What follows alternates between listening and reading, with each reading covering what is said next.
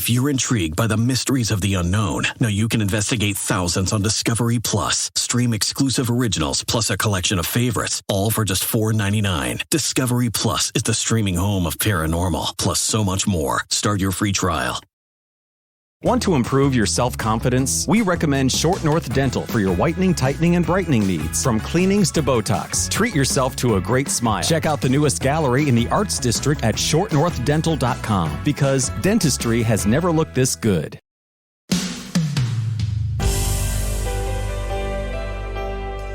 Don't adjust that dial, because you're listening to Summer of Love 4, Time for Love, a special podcast event from 2 Chunks and a Hunk. We've got time for love if we make it. Nothing can stop us or break it. Passion soars on wings like eagles, singing from above. All that we have left is time. I think it's time for love. Hello and welcome to 2 Chunks and a Hunk. My name is Jordan Wonders, and this week I'm your chunk. I'm Doge, and no one can ever prepare you for what happens when you have a chunk. When you see the chunk in your arms and you know it's your job now, no one can prepare you for the love and the fear. And I'm Carter, and I am hunking furious. I am so uninterested in a life without your father. Oof, why you pick the one that make me so cry? Because that's not fair to you. That's not fair to you. To you to do to me. Why are you the hunk? I am recording from a new studio. Chelsea and I bought our first studio that we've owned. And we're in a new home. So we've been there. We've been here for 5 sleeps. Okay. And wow. How many more? How many are you going for? Infinite. I'd love for it to double, at least. Get to 10? Yeah. Let us know if you get there. That's awesome. That'd be great. But yeah, we down here in the Oak Cliff. We're staying in Oak Cliff. Moved. It's a surreal experience. I was telling the guys it's kind of like in Mario 64 when you go into the castle and there's all those portraits that you can jump through. Kind of like that first time you ever experienced that. I remember as a kid being like, what? There's so many things that I don't know about. And so many things I get to learn, but it's fun. And the first time you opened your front door, it was like, and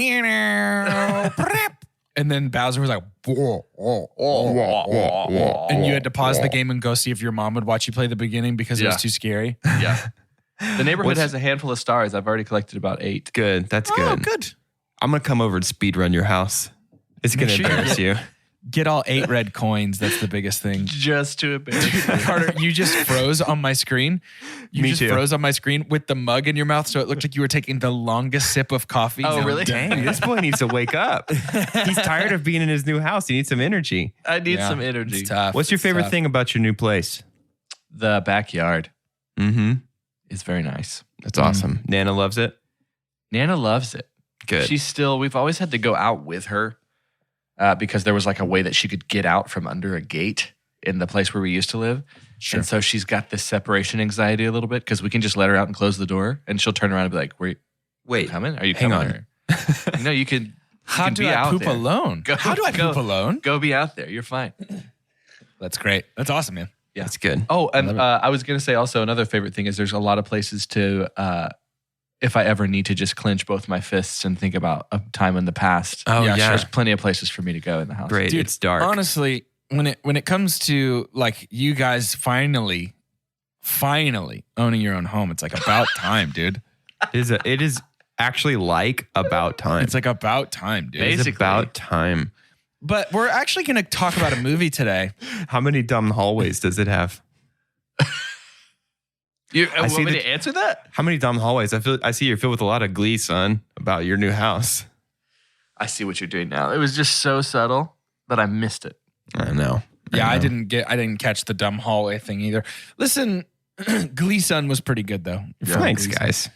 We're gonna talk about a movie. We are Getting close to the end. We only have it's one more left after this in the series, right? We need to officially decide right now. Does next week's one, that's kind of a little special one just for the boys, does that count as Summer of Love?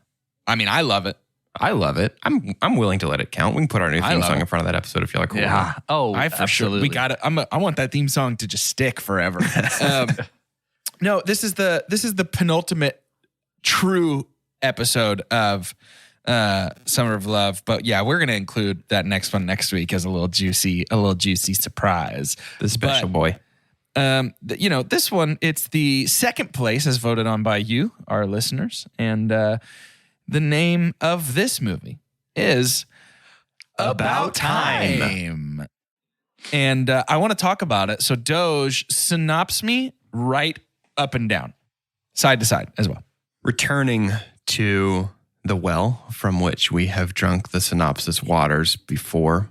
Amazing. This week's synopsis is written by Nick Reganis. Yeah. Nick! It's Always been a can little count bit. on Nick.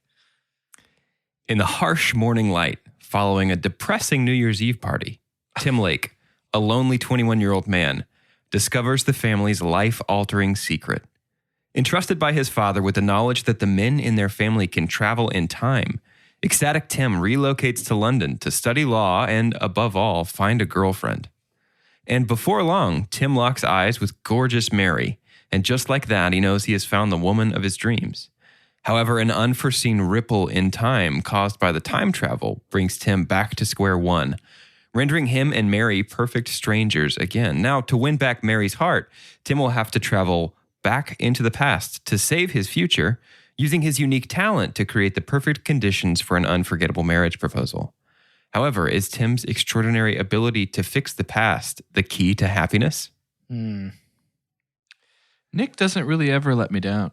Nick doesn't does a good miss. job. Nick Does a does good not job. miss. Yeah, so this was my first time to watch this. Doge, it was your first time to watch this. Same as well. Same.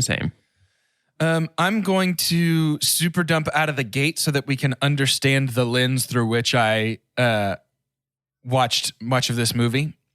Okay. And I know that this movie is, first of all, I want to preface, I did really enjoy this movie. I liked it. So I know that this is a huge favorite for a lot of people. And I think my super dump is going to be frustrating to people that love this movie because they're going to be like, you didn't get it. That's fine. I'm also open to the idea that there is something that I missed that makes this make sense. So there's that. Okay. For a movie with great writing, great conversation, great dialogue, great interpersonal stuff, and development among friends and family and characters and all that stuff, it was a lot of fun. The time travel stuff and the logic applied both to how time travel works and, more specifically than anything, the sheer density that Tim approaches his time travel plans with almost made me completely reject this entire movie. Like, I was so close to being like, I'm not interested in this, because the main character who has time travel powers, and I understand that they're new and he's figuring them out, but he's acting like he doesn't understand how logic works. Specifically with the play versus Mary. Let me explain just a little bit. First of all, I don't understand why, when he realizes that saving the play means he missed out on meeting Mary, why he didn't just immediately go, she's more important, and go back in time and just be with her. Now, if he wants to help his friend, I see another option there, which is tell his friend, Harry, hey man, I had a dream last night that your play crashed and burned. Really double down. I have a feeling about it. And just see if that works, and then go back and try something different until you get it right. That's the beauty of time travel. You can have both probably. But beyond that, when he does things like tell Mary's friend Joanna that he's a friend of Mary's at the party, they're best friends. She's going to be like, who is that guy you invited? She's going to check. She doesn't know you, dude. So once he realizes that he missed meeting her, that should have been it. And he should realize that he never met her. And they don't, like, the way he approaches re-meeting Mary, it's like he can't understand the fact that she has no idea who he is and that it is weird to tell people these things. Yeah. And the whole time I'm watching, I'm waiting for a consequence. The rest of the movie, I'm waiting for a consequence for how bad he beefed his first few attempts, and they just never came. And so it came to a point in the movie when I had to just let go of, I'm never going to get a satisfactory answer to any of this because it was so sloppily put together at the beginning. And it really genuinely almost ruined the movie for me. I snapped out of it and I was able to enjoy it. Yeah. But like, for a movie about time travel, the time travel makes no sense. Is it about time travel though? I think that's where I'm approaching. Because I agree with you. Like if I go into it, obviously it's not about time travel. But do you get what I'm saying? You can't say I you can't totally say get it's it. not about time travel when it definitely super is also about time travel. Mm-hmm. I totally get it. I think for me, the reason that didn't bug me is because I think that for Tim to the realization that he comes to is like time travel doesn't really help. Like fixing the past, it doesn't matter. Like you get to choose what you do with the time that you have right now, and that's what living is. Like you can endlessly revise things, and that's not going to make a difference. And I think once I realized that I think it was going that direction, it was easier for me to let go of that stuff where it's like, okay, I think there probably like just structurally has to be a point where it seems like revising the past is working and everybody's winning all the time. You know, But do you get how that the message is negated by the beginning of him still being able to get married? Like, I was expecting to find out that the only way it worked with Mary was the chemistry of that first night, and that meeting up with her again later wouldn't work or something like that. Like, yeah. I was just waiting on a consequence for how poorly he handled everything at the beginning. Yeah. And that never came. I said out loud to Callie multiple times, I was like, what is he doing? Yeah. This isn't a time travel thing where it's like, I don't understand my powers yet. This is just a dude that doesn't understand like how logic works. Yeah. But I also came to another realization, which is that Domhnall Gleeson is the British Michael Cera, and you can't convince me otherwise. Yeah, I almost just want to have him just uniquely just be Domhnall Gleeson. Like he seems so unique to me that I don't even want to compare him to anybody. But I totally see what you're saying. Like in terms of that awkwardness. Yeah, I think totally. it felt like to me the way that it was written was you're supposed to be frustrated with him. I think the heartbeats of hearing the hints that he's traveling again. For a while, it's kind of funny and stuff, but then I think it's supposed to bring about some anxiety because there's so many things going well. But it's like, is it really worth you going back just to do that? Like, aren't you being kind of silly with this kind of thing? And I agree. And beyond the party, when he meets back up with Mary, I have no more issue with the handling of time travel. It's just the way it's handled in the first 40 minutes of the movie. It's a little fluffy at the beginning. Drive me nuts. Yeah.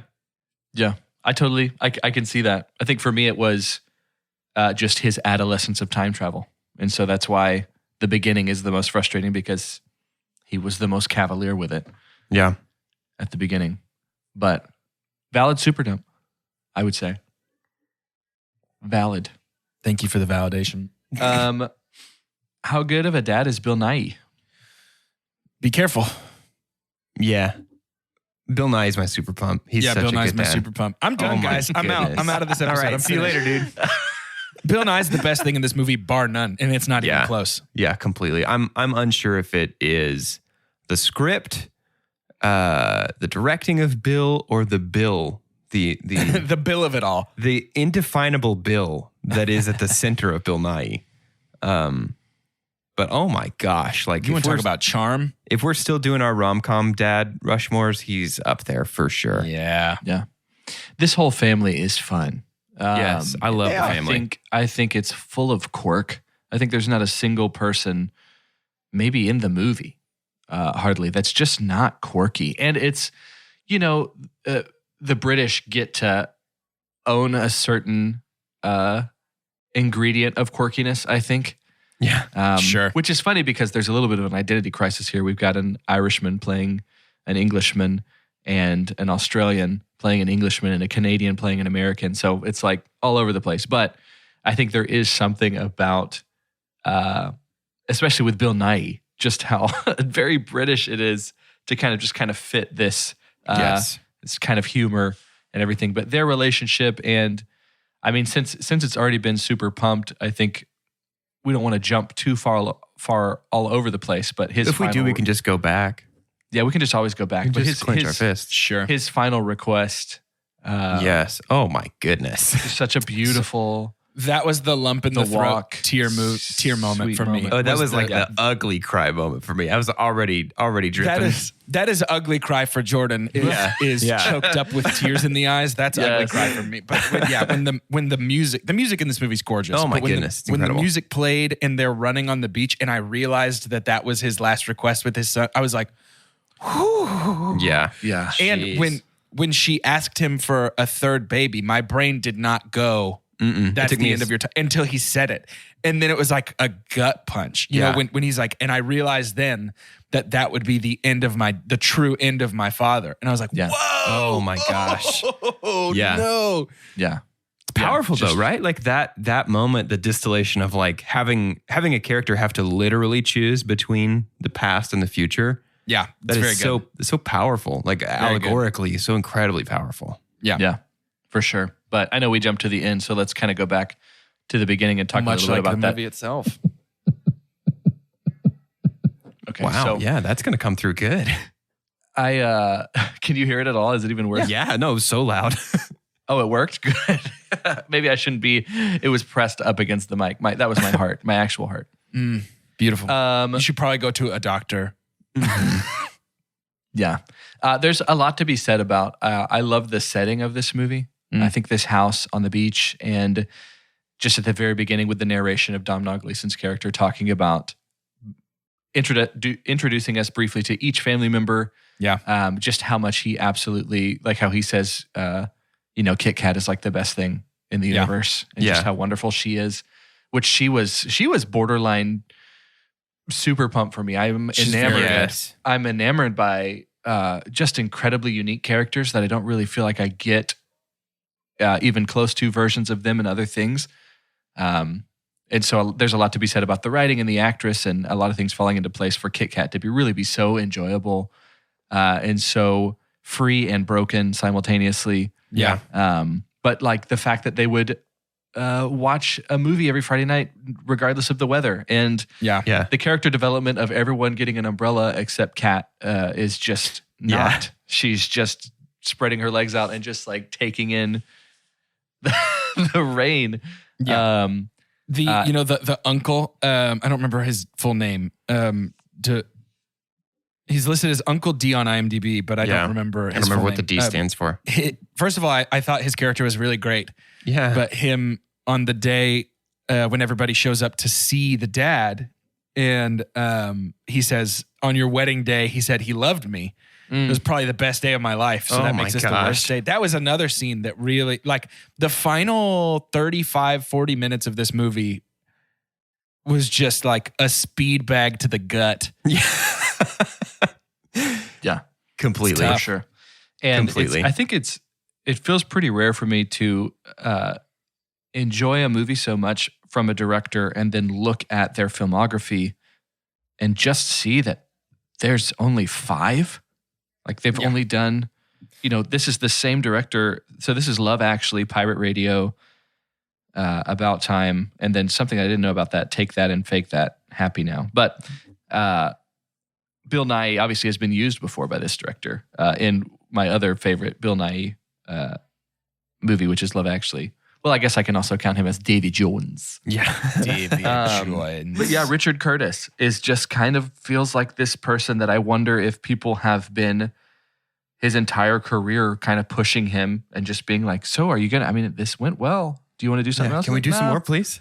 When the time's right, I'll do it. He also wrote 4 Weddings and a Funeral, which is his one writing of my credits favorites. are great too. I love that movie. Yeah, 66 writing credits. So he's directed 5 and written a ton. So he's around. He's around. He's just not directing a lot of stuff. But I thought he did a great job. And honestly, for this to be an original screenplay, that's my super pump. I think the fact that this just kind of came out of somebody's head, and time travel, messing with time travel and writing about that is, whether it is a hardcore fan of cinema and just following the rules or not, can't be, it's just like, I would imagine he wasn't super thoughtful about what that means. Right. Dude, time travel's all up in my life right now. Between it's everywhere, isn't it? Between Loki, I just got back from traveling, and while I was in the airport, I just finished reading Stories of Your Life, the short story that inspired Arrival. And so like the whole concept of determinism is the future set in like all of that stuff is just, it's everywhere for me right now. I don't know why. I don't know how it all conspired to land at the same time. And my super pump being the writing, I think weighs most heavily on the relationships that we have. I think it's fun to review this movie a week after we did When Harry Met Sally, when it is just so much dialogue and relationship building and the dynamics of that and how they can change dramatically and stuff. But to have this many players in it and to have it go well, I think was super impressive and super enjoyable. And the time travel aspect, though it wasn't done very well, I agree, Jordan, felt pretty integral to the narrative. I mean, without that, we don't have the once in a movie watching experience dynamic of Domhnall and Bill Nighy, of Tim and his father. Like, I've never seen a relationship like this ever. Right. And it's because they've inherited time travel as the men in their family. But I think in terms of the editing and like the choppiness that you can kind of go back and forth and kind of letting us know, and as an audience, we're educated enough in the end when they have some of their last conversations to where Domhnall even asks, like, how many times did you try this? Like, had you said this to me before? Like, to be able to at least have some kind of grasp of the time travel aspect and what they know about it, to understand that part of the dialogue, I think was a good job. But the writing is, I've never really seen anything like it. Yeah. Let's talk about the wedding scene. Yeah. That brought me anxiety. Yeah, but it's also, to me, one of the best sequences in this series so far. I think that it is hysterical. Oh, picking the speech. No, everything. The rain, just everything blowing away. Everybody's clothes getting wet and ruined and blah, blah, blah, all this stuff, all leading up to the, would this day have been better if it wasn't like this? And her answer of just like, no, this was great. Yeah. This was perfect. Yeah. I think that's that dialogue is when I started to understand what the movie was about, because like it's about Tim and Mary. It is, yes, it's also literally about time. It's about Tim and Mary, but it's more than that. It's about like, it feels like the core relationship is him and his father. Yeah, 100%. More than Tim and Mary. And so I was waiting for, actually in those speeches, I fully expected there to be like a no-win situation where it was like, no matter who I choose as my best man, they're going to let something slip that will ruin this. Because I was waiting for a consequence of like, you went on a date with Margot Robbie. That's what I thought was going to happen. Yeah, but that didn't happen. And I don't know.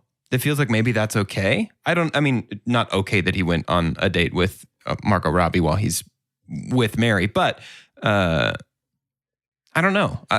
It initially sort of bothered me that there was no consequence for that, but it just feels like a weird choice to not have anybody ever bring that up again. Mm-hmm. It's while it is incredibly unique, the father-son relationship and the advice that the father is giving the son is not unique at all. I think ultimately to be able to say, hey, we've heard it plenty of times. It's like, take every day as if it's your last. Enjoy the moment. All these kind of different beats that we have felt before in any kind of mentorship role, or we've even seen it before scripted in other movies. It feels like Richard Curtis had a moment where, he's just sitting out on his porch and he's like, what if, that's ultimately the lesson. And you learn that, and you actually have the power to go back. It's like, and so I wonder it's not just a conceptual lesson, but it's practiced. Yeah. Mm-hmm. Yeah. Yeah. I think that is absolutely, if I had to bet, how this sort of came up was a cool, rainy England day on a porch with a cuppa, some tea, some Earl Grey, perhaps. I just do want to point out I love that if they ask you you want tea, please say no. And she's like, yes. And he goes, oh, that's the whole day gone then. Yeah. That's very funny. So a lot of these Richard Curtis movies, actually several of them, star Hugh Grant, who is somebody that enchants me every time he's on a screen. And his whole vibe is sort of that dry, quick British humor. And Richard Curtis brings so much of that to his stuff. You know, just these little tiny comments that pop up and around. I think Joanna is a pretty great source of some laughs in this movie. Her reaction to the kids or to Jay at the Jay is straight experience. up Orange John Ralphio, and you cannot convince me otherwise. Oh my goodness. Okay. That's interesting. I like that. Orange John Ralphio. John Ralphio or Orange. It's gone. Yeah, I don't know. I thought I had it and it's gone. Yeah, so many movies can live and die on the strength of their ensemble. You know, we've had that discussion with other movies of like it didn't need to be that or it didn't quite work. But I feel like every piece to this puzzle is important. Dude, can I tell you the accidental piece of this puzzle that was not the first choice of the piece for this puzzle that I think is way better than the first choice of the piece for this puzzle? Yep. They initially had Zooey Deschanel as Mary, and I can't imagine how much that would have not worked at all for me. Yeah, I don't think so. Yeah, I don't think it would work for me either. Not She at all. outside of that world. Yeah. Yeah. It just doesn't fit. I love Tom Hollander. I think this was a moment for me. This happens every now and then when there'll be actors that never really have huge roles, but will have a lot of small ones. And then there comes a time when I look back and have that same feeling of like, I like this guy. And then I'm like, oh, he was so funny in Pride and Prejudice. He's such an interesting character in Pirates of the Caribbean. Like all these different things. But Tom Hollander as Harry, who's just this awful person, was also one of those quirky characters that I really, really enjoyed. And Rory, Joshua Maguire as Rory. Rory's so good. Yeah, Rory very is funny. So good. And it is, that seems to be one of the ingredients. And I'm not going to say always good because rom-com is a vast, vast genre. And it has all over the scale of movies that are good and movies that are really bad. But something that a lot of rom-coms try to do, whether they're good or bad, is have this collection, this ensemble of just characters that are, there's hopes to be memorable. It felt like when Richard Curtis was writing this, though, it wasn't like, I'm going to do this so that the audience doesn't forget about this person. It just felt like a random grab bag and it just all ended up working. Yes. Not to be like, man, I bet they'll never forget how Uncle D never remembered anything. You know, it's like... Right. Yeah. Yeah, I think there is something sort of magical, sort of, what's the word? Like kismet when it comes to like putting together something like this that just works. Now, that being said, our boy Richard Curtis does have a track record that supports his ability to put those ensembles together. Totally. Yeah. But either way, there is something that when it works, it just sort of does something like a ding in your brain that's like, there it is. That's nice. I think Rachel McAdams might deserve more credit as an actress than she gets. I think 100. she ends up, for some people, feeling tropey as like the... Sure. But we've now, you know, we saw her as, is this like, it'll be tough for me to know how many, because she's done some voiceover stuff. But this might be her at her best in terms of the rom-com genre for me. Yeah. Personally. We've done The Notebook. She was in the very first Summer of Love that we had. And I think she has better chemistry. Get this. I think she has better chemistry with Domhnall Gleeson than Ryan Gosling. Completely. Also, I hate The Notebook, so that's probably why I feel that way. Yeah, I agree with both of those statements. Yeah, I don't know. As far as rom-coms go, I don't know, man. Wedding Crashers and we haven't talked about it yet. I keep wanting to find a way to shoehorn this into our podcast, but The Family Stone is like a top 5 rom-com for me, even though it's kind of not a rom-com, but she's Summer of Love is expanding. Maybe we can get it next year. Yeah. It's more of a Christmas movie. I think that's worth Is she the fulfillment of a promise made to us by Meg Ryan? She's got some connection there. I think so. I feel like she's a right now Meg. Did she? But Meg complete Ryan, the prophecy? Is what you're asking? She's restored balance. Yeah, Meg Ryan didn't have the. I think Meg Ryan's roles were all very similar. Right. She's Meg The difference here 2.0. She's Meg 2.0. And I think she's also the Hollywood expert for falling in love with time travelers. Yeah. This is one of 4 movies in which she is the love interest of someone who travels through time. We had the Time Traveler's Wife, literally the Time Traveler's Wife. Mm-hmm. We had Midnight in Paris, which I referenced a little bit with Owen Wilson being Mobius and Loki. I referenced that yesterday. We have About Time, and of course, she likes Stephen Strange. So, correct. We have lots of time travel here. It's going to be interesting then. She doesn't know about any of it. Stephen Strange versus Tim. Who wins in a fight? Who's more powerful? Well, Tim would be like, I'm going to go back in time to before Doctor Strange ever met me and then act like we should still know each other. Jeez. Yeah, that'd be a lot. Hey, Tim travel. About Tim. About Tim. Oh, that's why. Hey, it's Tim in our podcast for us to take a little detour. It's Tim in our podcast. We're gonna take a little break. Head over to Shout Announcements, where the sausage gets made.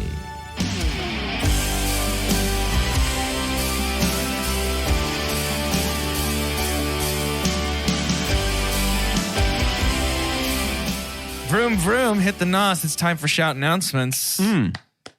Let's do it. Rev it up. Juice it up. Take a big sip of your downhill juice. Take a big sip of that downhill juice. Pump up some Pitbull. Yeah.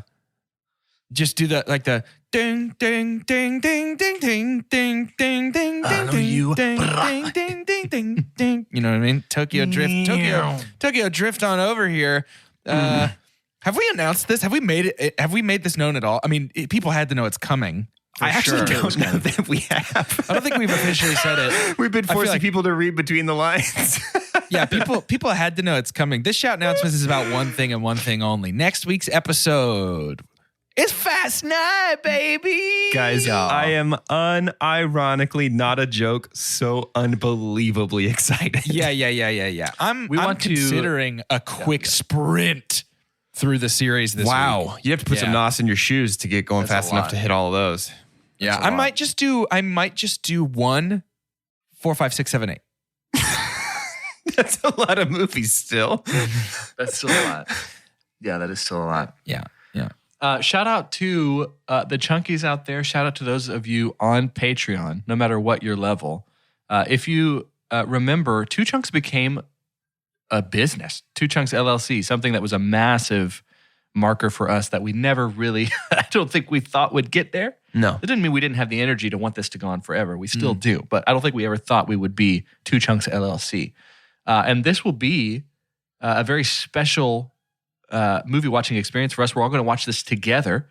It's going to have IMAX with laser. Laser? Yeah, we're making sure. Yep. We're making sure, and I mean, we literally are going to have a seat to what I feel like historically is going to be a confirmation that movies are okay. I think that that going to the movie theater will be fine, and that movie theater or movie production companies should still make these blockbusters, because I really do think this will make $1 billion worldwide. I really do. I honestly do. Yeah. And this is being paid for by Two Chunks LLC. Isn't that wild? The whole movie for us to be able to do. The whole thing. You guys financed the entire production. No, it's so pretty wild though. That. Yeah, that you guys who support us on Patreon, regardless if you're at the $3 tier where you can get the bonus episode, or at the $5 tier where you get the bonus episode plus access to our Discord, regardless of the size of your contribution, you have directly funded our enjoyment of this movie. You paid for a night out for your 4 pod boys, and we're so thankful. Let's be clear. You paid for us to go watch a movie to turn around and bring you juicy, delicious content. That's true. We're not just spending it leisurely. Yeah, no. Yeah, we promise not to have fun. We won't have any fun. It's just business. Just business. No, the thing that I haven't had a whole lot of vroom vroom over the last year. There has not been a whole lot of rumbling engines. I haven't had a lot of street race meetups or dragon vaults through cities, and I'm just ready for that. Is this y'all's first? Is this your welcoming back to the actual theater experience? Yes. For you? The last movie I saw in theaters was Knives Out. Same. Oh, how fun is that? We were together. This. Yep. to be this. I know it.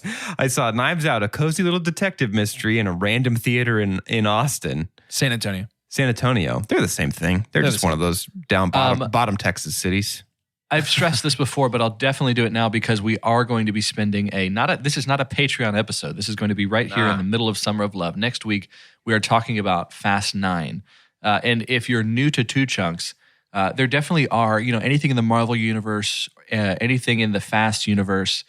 We do have new releases that we talk about on our weekly episodes. I would stress to you, if you wanted to be ready and kind of get ready for us talking about Fast 9, I think you should watch some of these movies. You don't have to watch all of it, but if you want to have some fun here in the middle of the summer where maybe your schedule is a little bit more flexible, I say it would be okay to start while 4 was the rebranding. Here's what I'll tell you. We introduced Hobbs, which kind of Dwayne himself kind of kicks things up a notch in something that invented notches in 5. So if you wanted to start at 5 and go 5, 6, 7, 8, okay? Yeah. And do a little 4 beat there. Yeah. I highly recommend that. I think if you have the time, do that. You're going to get some Dubai, you're going to get some nuclear sub. You're going to get some dead ? You're going to get some The Streets Fight Back. You're going to get zombie cars. That honestly might be my favorite moment that I've seen in a movie in a long time. You're going to get Daddy's Got to Go to Work. That's my favorite. That's actually really good too. That's the same one, right? Is that the same one? It's the same one. Yeah. When you fight I think those are both 7 or 8. The Streets Fight Back. Yeah, I would say 5 through 8, y'all. I think y'all need to do that, especially if you haven't before. And turn it off. Turn all the things off that you normally have on in your brain. Listen, we get it. We know. Phones. We know what they are. We all know what they are. They're not good, but they're so amazing. Good. That's really all we have for shout announcements. Normally we save nothing. this space for some other stuff, but really we just want everybody to get pumped right up. Yeah, that's the most important thing For Fast going 9. on right now. For the ones who know that a little late is always too late, and that the clock doesn't stop just because you're missing a part, Grainger offers supplies and solutions for every industry. And our Keep Stock inventory management solutions help ensure you have the right stuff in the right place at exactly the right time. Visit Grainger.com/keepstock to learn more. Grainger, for the ones who get it done. Okay, I'm ready to super dump. Good. Okay. You must. I feel like even though Tim basically has the game shark of narratives, I feel like there should have been a more dire consequence. Now, it ended up being that the main consequence was, hey, no matter what, you're not going to be able to save your dad. Yeah. And that's something that even he, in his vast wisdom and a much longer career of a time traveler, has already thought about probably for an infinite amount of time before you thought about it. Because he said, I could, but I think I got it. I think it started budding before you were even born. So if I were to do that, that really throws everything off. Yeah. I'm just going to have to deal with it and look at here's the 2 lessons in life. But I do think it was, they gave us teases as to what massive consequences would be. And then they were just kind of written off. We went back and kind of recorrected. We ended up still having, what's the daughter's name? It's such a cute little name. Posey. We still end up having Posey. Yeah. Because he does have the thing where it's like, I have a boy. Right. And it's not that he didn't want a boy, but it's like the relationship he had for, the year and a half, 2 years of little Posey was gone. And that's kind of terrifying. Yeah. And that's the one time the soundtrack gets a little ominous is right in that moment. And it makes it almost feel borderline horror movie. But I think it just wasn't enough. I had to wrestle with, I did love so much how organic it was for him to meet Mary which, by the way, Dallas, Chelsea was letting me know there's going to be a little pop-up experience in Dallas soon of like the blind dinner party. Like there's going to be something that you can go in the complete dark. We have been and invited to go, and it freaks me out so much. Yeah, I would be so anxious. I kind of want to do it. I think Rachel McAdams, do you think she wrote that or Richard Curtis wrote, I kind of look like a squirrel because I've never thought about it, but she does. But she definitely does. Yeah, I feel like she kind of looks like a squirrel. But then for that to happen and then have the moment where it's supposed to be kind of a shock that she doesn't know who he is at the, what would you call it? Not a museum. It was basically just like the exhibit. It felt unfair to her. It felt like she was too much of a pawn when she's not really supposed to be that. I agree with that completely. That made me feel a little bit icky. Yeah. That it's like he was taking advantage of her. agree. And so were it not for us actually seeing the first time they organically met, I would have felt like the foundation of this beautiful relationship was fabricated. Yeah. And so all that to say, Super Dump it did not feel like there was too much of a bad consequence for all of the willy-nilliness, the magooery of Domhnall's time travel. Yeah. But that's where I stand. Yeah. A scene that I really enjoyed and I thought was very interesting into an insight into the nuance of time travel and the way it interacts with people and their feelings and their desires and stuff was everything at the beginning with Charlotte. Him confessing his feelings to her on the last night and her saying, if only we had more time. And then him going to where they have plenty of time and her saying, try again on the last night. Essentially, she's giving him the runaround. Yeah. Because she's not interested and doesn't want to say it. And he's realizing the line afterward of, even time travel can't make somebody fall in love with you is very interesting. Yeah. It feels like that line was added sort of as insurance against, you know what I mean? Because I think there could be an argument of like, oh, Mary only fell in love with him because he knew facts about that model that they both loved. And so I think that line was added as insurance. Yeah. That goes back to what I was saying with the time travel thing. He knows the one thing about Kate Moss. Yeah. There was no consequence for him lying about Kate Moss, lying about knowing her to get into the party, lying about it all just worked out, which is fine. I mean, it's whatever. But I kept imagining the conversation where Joanna was like, Mary, your friend came. Did he ever find you? What friend? Oh, he said you invited him. He had red hair. And then she's like, the guy I just went on the date with knew me by name before he got to the party. Yeah. That's weird. Totally. Like, how did that never come up with her best friend? Right. Yeah.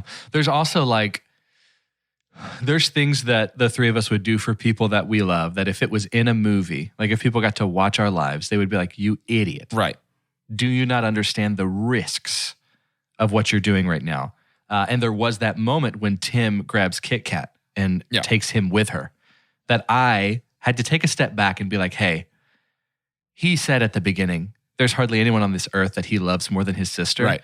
And if it was to help direct her life, he was just going to do it because it felt so off the cuff. Yeah. Right? I was like, you're going to screw everything up. Yeah. I don't think this has ever happened. Yeah. And so, I mean, he basically goes back and erases ever telling her about it, though.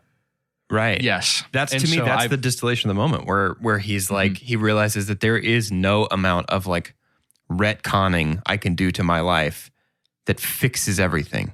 Like you've got to do it the old fashioned way of it did fix everything. It just changed his child. Which doesn't fix everything though. Well, right. It fixes Kit Kat, but his reality's bad. And right. so It creates a new problem. But yeah, so I see what you're saying. he can't eliminate problems before they happen. He just, life is to be lived, not pruned. I do like that she ended up still with Jay, though. I thought that was a nice touch. I love the moment, too, of her in the closet. And he's like, anything? She's like, oh, my God, Jay, he's super sweet. But like, she just knew like, oh, my reality is different. I thought that was really interesting. Yeah, I thought that was interesting, too. And I liked her in the hospital bed realizing that he might be a viable mate.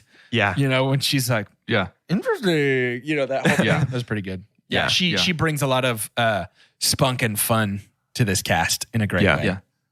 It was where time travel by the laws of time travel fell short. I think time travel and its use in kind of telling some of the lessons of this story was used very, very well. Yeah. Because when we're looking back at just kind of like how willy-nilly it was, how he realizes, like you just said, Doge, that he can't change, he can't fix everything. Right. That's the kind of thing that I think a lot of the times us as just normal people that are dissatisfied, sometimes, often, it feels like we've been in a season that there's a lot of dissatisfaction magnified of just things that we can't help but have this fantastical thought process of if only I could Well, yeah. travel through time. And a lot of the times too, you'll hear that. There's the like, what superpower would you want? Flight, you can change into anybody, or time travel. And people are like, oh, time travel. Because then I could go, go back and make this. Kind of stuff. Yeah, but I think this movie kind of gave us, it almost felt like this gave us a study on, which again, it's all fantasy, like it's fiction, but it kind of gave us like, hey, here's a look. It didn't work, right? So let's just use our brains. We can't really do that. Just enjoy the moment. So I think if we didn't have that, we couldn't say the thing at the end of. I think it speaks directly to the person who feels like, I made a wrong turn a couple of years ago, and now I'm on this road I never even meant to be on.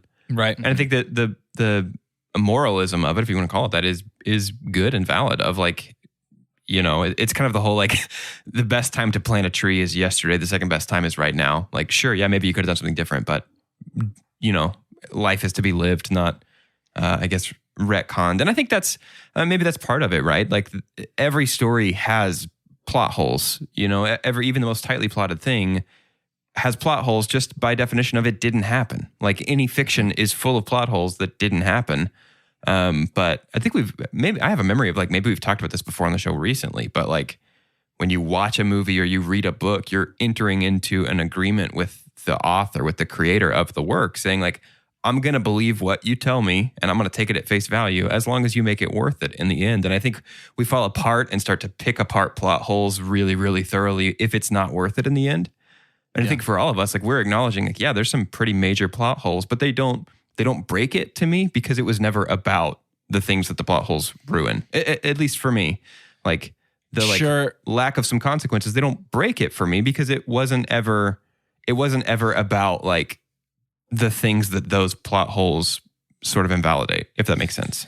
Yeah. I hear you. And again, I walked away really enjoying this movie, but the top really wobbled for me for a lot of this. Like, because all the stuff that this movie is actually about is not made clear until after all of the stuff happens that made me go, I don't know, man. Like, isn't it funny that a movie about like, ultimately, I think the distillation would be live in the present, take moments as they come. Isn't it funny that feels sort of like it's falling apart until you look back at it retrospectively? At least it did for me. Like the first half of this movie does kind of feel like it's falling apart. But once I realize what it's about, I can look back with clarity and make sense of in like the a movie. metatextual kind of sense. metatextual. I don't think that was intentional. I just think it doesn't. Right. For me, and I agree with you, but for me, looking back at it doesn't fix any of the issues. It just goes, I guess it's not really about that though. So right, like, that's what I'm saying. It doesn't make them better. It just turns them into non-issues. Yeah, I guess that's right. Because I still have a hard time looking back and going, I guess it doesn't matter that that's sloppy because that's not important. It's like, well, it is important though. Like it's pretty important to this movie. Yeah, I was panicking up until really the wedding scene. I was panicking because I was like, I know people love this movie. Yeah, I know, and I that think pressure. I hate it. Like I just don't think I get it. And this is going to be another one of those that every time I talk about movies, everybody's going to be like, yeah, but you didn't like About Time. And it's going to be insane. But I mean, it ended up, things leveled off and I ended up enjoying it and being able to watch it for what it was. But I genuinely, jokes aside, I really do. I take issue with the handling of a lot of stuff that, ultimately, I guess, isn't that important, but it's a time travel movie, whether that's the crux of the whole thing or not. It sort of feels like if a new Batman came out and we were like, that was a pretty good movie about a billionaire. All the punching sucked. Yeah. It's like, well, that's a pretty big part of it. Yeah. Can I super dump? Yeah, please. And it sucks because it's in the middle of a sequence I really enjoy. I really enjoy using the subway station as like the center of our montage, coming in and out of those hallways. It's really cool. I think that's a fantastic sequence, completely ruined by turning the street performers into a music video. I absolutely think so. Yeah. I absolutely hated the street performers like actually singing, like the music is actually happening in these characters. They're tipping the street performers. That felt very much like that would work really well in like a stage play. I think that would be a really cool thing. Like if I'm sitting at the music hall at Fair Park, right, and I see that for DSM, I would love that. I would be like, that was my favorite moment of the show. But there's something about seeing that in a movie that just did not work for me. It totally pulled me out and reminded me, oh, there's cameras. Oh, they've recorded this. Those mics aren't hot. They're not actually singing. Somebody's sent this off to a studio to be mixed and mastered. They've dropped it back into the movie, and now the performers are lip syncing to this track. I bet they had that playing through speakers on set, and it was like totally pulled me out of it. The execution is really well done, but that felt like that would have been like a DVD extra. Or it was like, watch the music video for this song from the movie. That. You know what I mean? Yeah. Mm-hmm. I don't know why it didn't bother me. It just super did. I did not love it. And none of the other diegetic music bothered me. Right. Like whenever we see like the other bands who are playing, he's got the band like in their apartment. Right. There's some at the party. Like none of that bothered me. It's just this one time. Felt so weird. I wonder, I've watched a lot of Scrubs, and this is a trick they use several times in Scrubs. And so I wonder if my brain is just pre-programmed maybe to you're not used mind to it. That kind of thing. I don't know. Yeah. Yeah, it just felt kind of like a little artistic liberty to me, which is like, yeah, let's do it. But I can see how you, that is something that can happen. And I think that's a fun conversation in certain movies where it takes you out of, like, you can clearly think about the production process. Mm-hmm. It's one thing to watch 1917 and be like, where the heck is the camera, right? To be in awe of the production process.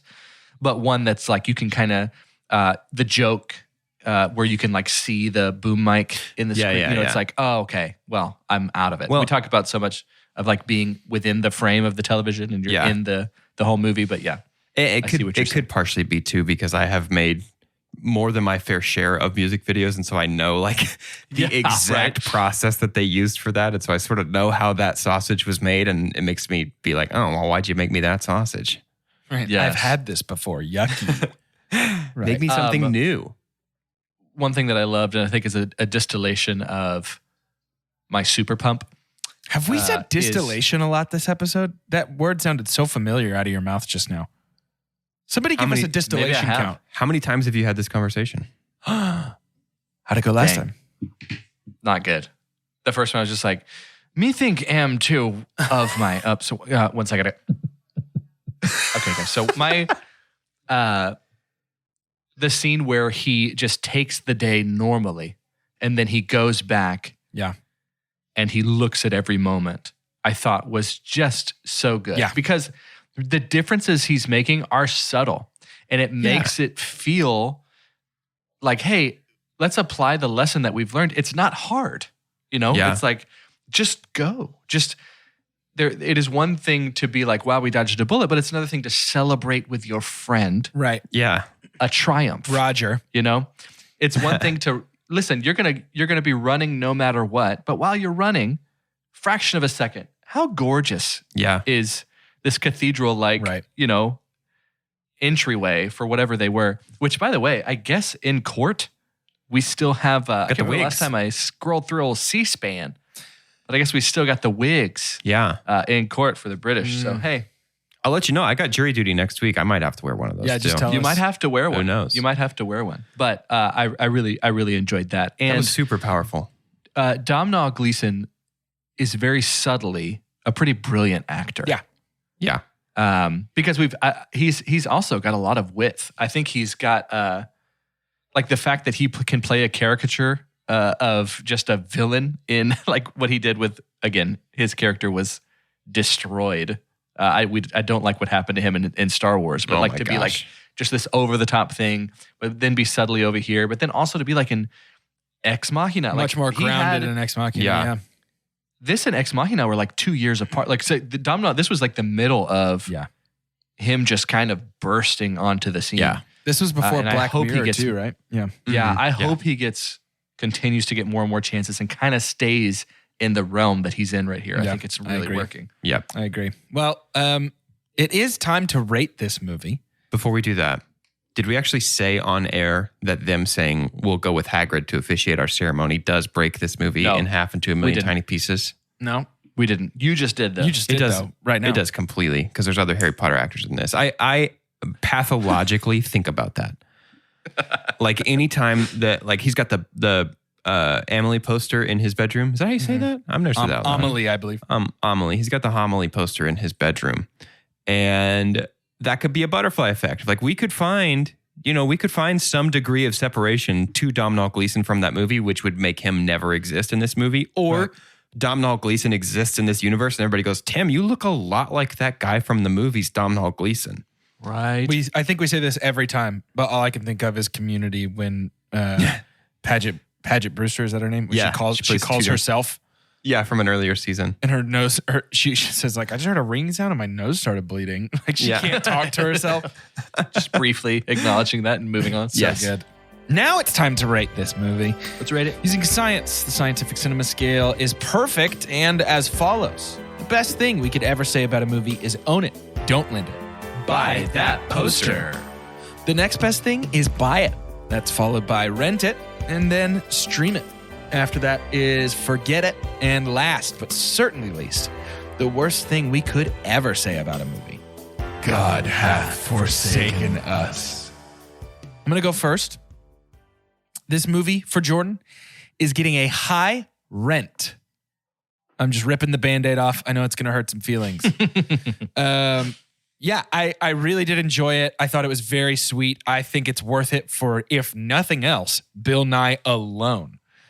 I just think he's fantastic. It really is a great movie. It just didn't live up to the hype around it I had heard from so many for me, which definitely hurt it. Like going in, having had it hyped up for so long by so many, it was going to be hard to live up anyway. But just beyond that, I did really enjoy it. And in fact, it is the type of movie I typically enjoy. It just didn't quite blow me away necessarily. I have to admit, I was a conductor on the hype train. I really was. Sure. And so I'm sorry for that. I want to let you know, I tried going back to the moment where I hyped it up for you and it didn't change this experience. And so the reveal was just a few seconds ago. So a lot of wasted time. Who's to say the house I'm in now is the one that I'm supposed to live in, but whatever. At least I try to get Jordan to like this movie more. I buy the poster for About Time. I think in a metatextual way, it is a movie that has flaws, but those are charming to me. But I love it. I really do like the writing, and I think it is incredibly unique. I think I also bought the poster for When Harry Met Sally because it was, in a very different way, a kind of rom-com, a kind of story that you don't see very much, if at all. Yeah. And this one, even outside of it being time travel, just felt in its own realm for me. And so I buy the poster for About Time. I'm also going to buy the poster for About Time. It feels, I think the message of the movie feels uniquely made for me, in the same way that the message of like Soul does. We watched Soul not too long ago, but the sense of, like, hey, thinking about what you could have done differently is ultimately pointless because what has happened, and like take it a day at a time. I think it's something that I probably will never outgrow the need to be constantly reminded of. And so just for that reason alone, and this movie did just completely blow me away. Now, I don't want to watch it again for quite a while because it's an intense emotional experience and my tank's still kind of empty from it, but it was much better and much different than I thought it would be. So that's a poster for me. Right on. Well, there we have it. Next week, listen to me. If you skipped shout announcements, first of all, shame on you because we're constantly bringing the heat. But that's usually the best part of our show. Yep. But second, it's like the cartoon in SNL. What? Excuse me? Every now and then, there's like a cartoon that the cartoon, the superhero buddies. SNL has like a cartoon section. Are you having a stroke? Excuse me? Go. Yeah, it is. We bring the heat every time, don't we?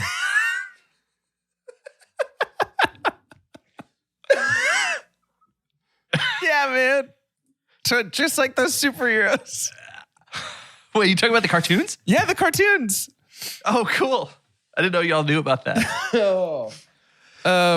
It's like Saturday TV Funhouse is a segment on NBC Saturday Night Live featuring cartoons created by SNL writer Robert Smigel. 101 TV Funhouse segments aired on SNL between 1996 and 2008, with one further segment airing in 2011. That's why. So that's about the time I stopped watching SNL. So I'm just showing my age. Hey, that's why y'all don't know, because you weren't born. Hey, the very beginning. I wasn't born until 2012. Hey, Carter, the very beginning of the first Obama administration called, and it says, "Thanks for reminding me of our pop culture." Dang, you got him so good is the thing, I roasted dude. him. If I could go back How many tries did that take? If I could go back in time and do that again, I would, because I lit him on fire. It was worth it. That was worth it.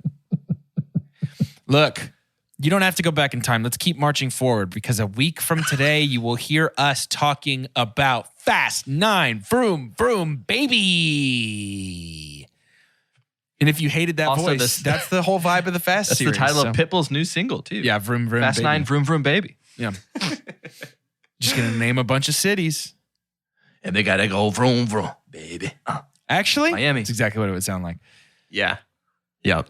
So make sure you check that out. If you don't love the Fast series, learn to love the Fast series quick. It's the best.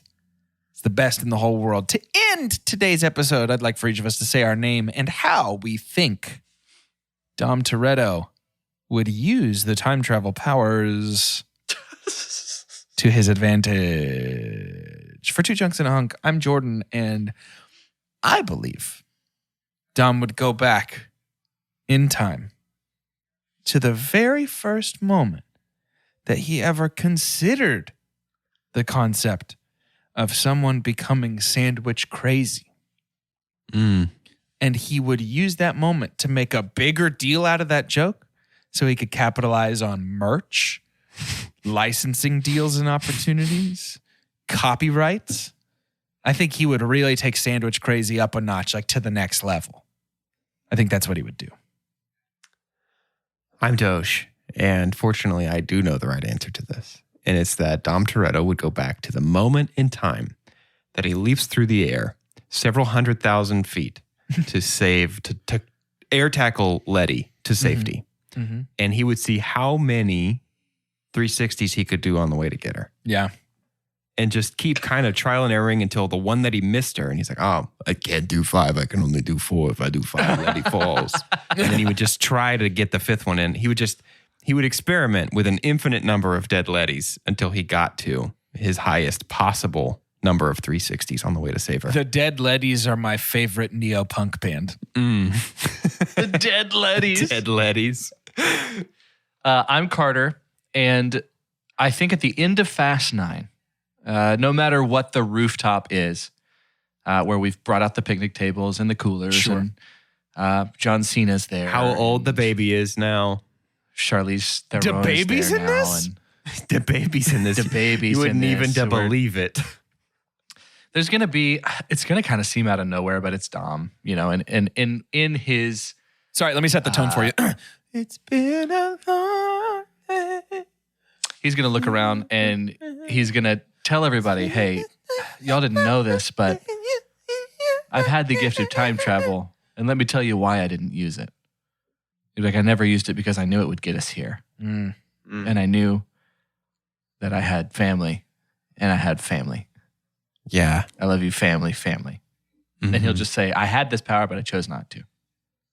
Because why? Why would I? Zoom out on the rooftop with a voiceover from Dom. I don't know what he would say. I just think it'd be funny. And then it's going to be like, you don't know what, I don't know what song. you were gonna say no. It's just that No. it's going to be that beat for it's sure. that vibe, Oh, that beat, yes. that sound, the summer sound we're all crazy about. That summer sound, dude. Yeah. This movie's going to be like going down a metal slide on a hot summer day. It's really fun, but it's so summered out. It's crazy. It's going to be like that. Turns the back of your thighs into beef jerky. Yeah. Absolutely shreds those puppies. Yeah.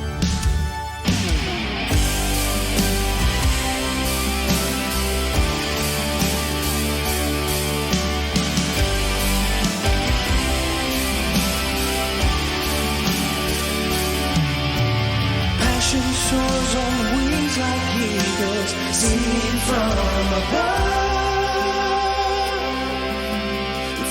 that we have left is time. I think it's time for love.